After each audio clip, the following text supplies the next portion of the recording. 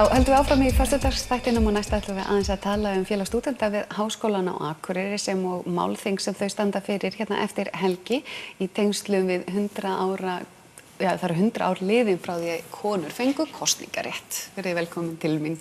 Takk. Byrjuðu kannski aðeins á því að segja mér frá þessu félagi, Félag stúdenta við Háskólann á Akureyri. Hvaða hlutverki gegnir þetta félag?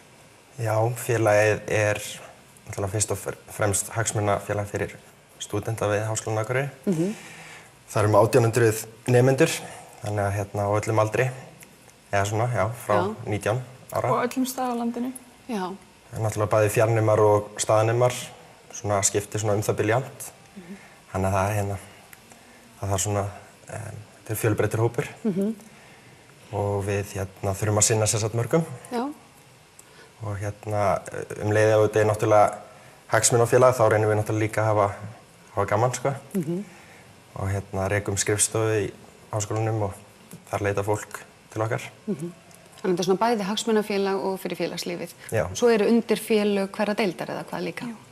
Já, og það eru 6 undirfélög og 3 sem eru í framkvæmdastjórn FSA og svo 6 undirfélög, 6 formið þar og saman myndum við 9 manna stúdentarráð. Og hver eru nú helstu hagsmunamál stúdenta hérna við Háskólann á Akureyri þessa mundir? Er verið að ræða stúdentaíbúðir, er verið að ræða skólagjöld, sameiningu háskóla eða hvað er?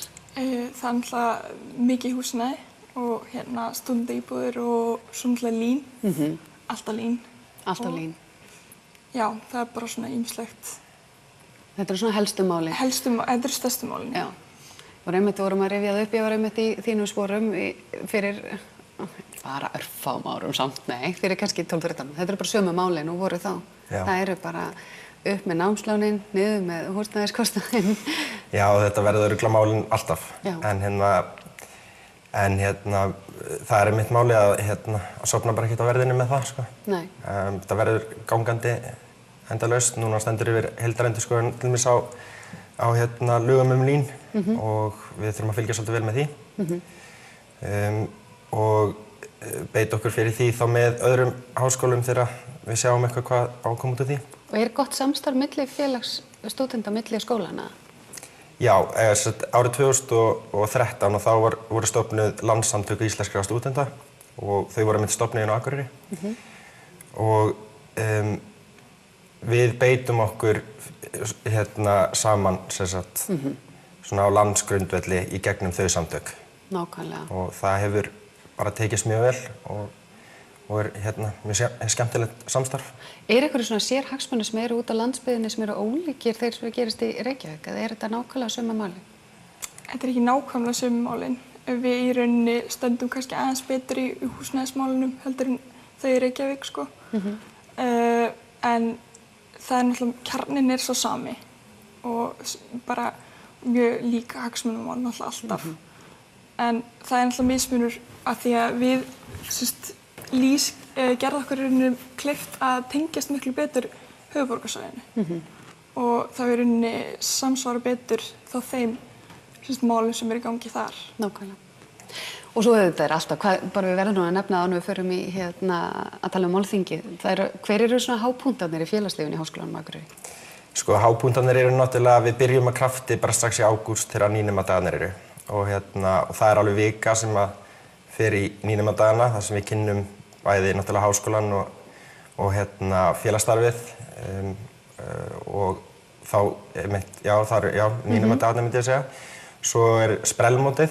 Það er skemmtilegast í geimi. Það er rosalega skemmtilegt og enginn vill missa því. Nei, og sprellmótið er svona, það er eiginlega pínu keppni á milli deilda. Það er keppni á milli deilda og þeir sem búa allavega á Akureyri ættu að hafa tekið eftir okkur hlaupandi bæinn í allskyns búningum. Allskyns búningum og með allskyns hávaða. Allskyns hávaða og þetta mitt snýst það að hafa sem mestan hávaða og gaman, sko, allan daginn, alveg frá mótni og eitthvað fram eftir. Er það ennþá þannig að það er eitthvað félag sem vinnur alltaf?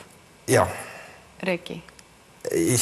Nei, Reyki, þeir eru ansi metnaðarfullir. En Stafnbúi líka. Já, það eru fleiri félag sem að koma Sterkur. Ég man að það var eitthvað svona biturleiki langt skeið, það væri alltaf viðskiptafræðin eða sjávarútvegsdeildin sem að væru... Það var ansi lengi góð keppni þar á milli. En þeir eru duglegastir í Ólympíuleikunum okkar. Já, sem eru mynd fljótlega eftir sprelmót. Svo eru náttúrulega stóra vísindaferðin okkar suður, þar sem að hvert aðildafélag skipuleggur vísindaferðir í fyrirtæki og við tökum frá 50 til sunnudags þar og það er mjög skemmtileg ferð og alltaf mjög vel sótt líka. Árshátíðin okkar, já, svo eru náttúrulega öll aðildafélögin sem að sjá að halda viðburði fyrir sína nemendur. Þannig að það er nóg að gera í félagslífinu. Það er nóg að gera.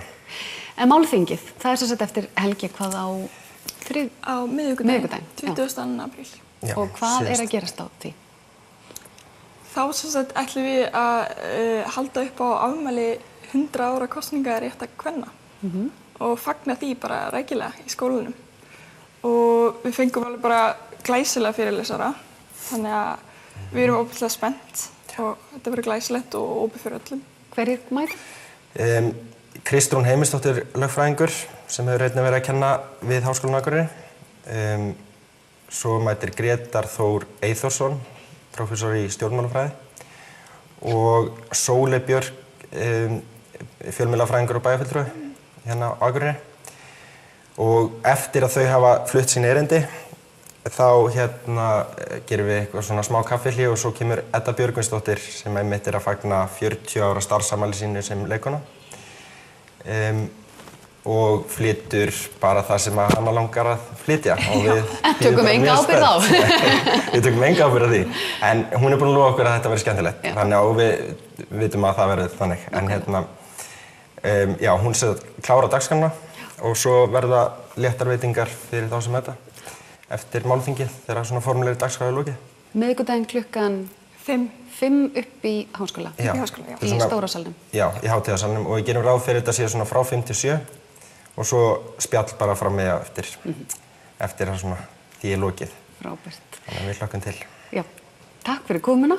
Að gera að kynna sér þetta. Þetta hljómar eins og þetta getur verið mjög áhugavert og jafnvel bara dálítið skemmtilegt en við höldum áfram í föstudagsþættinum eftir augnablik.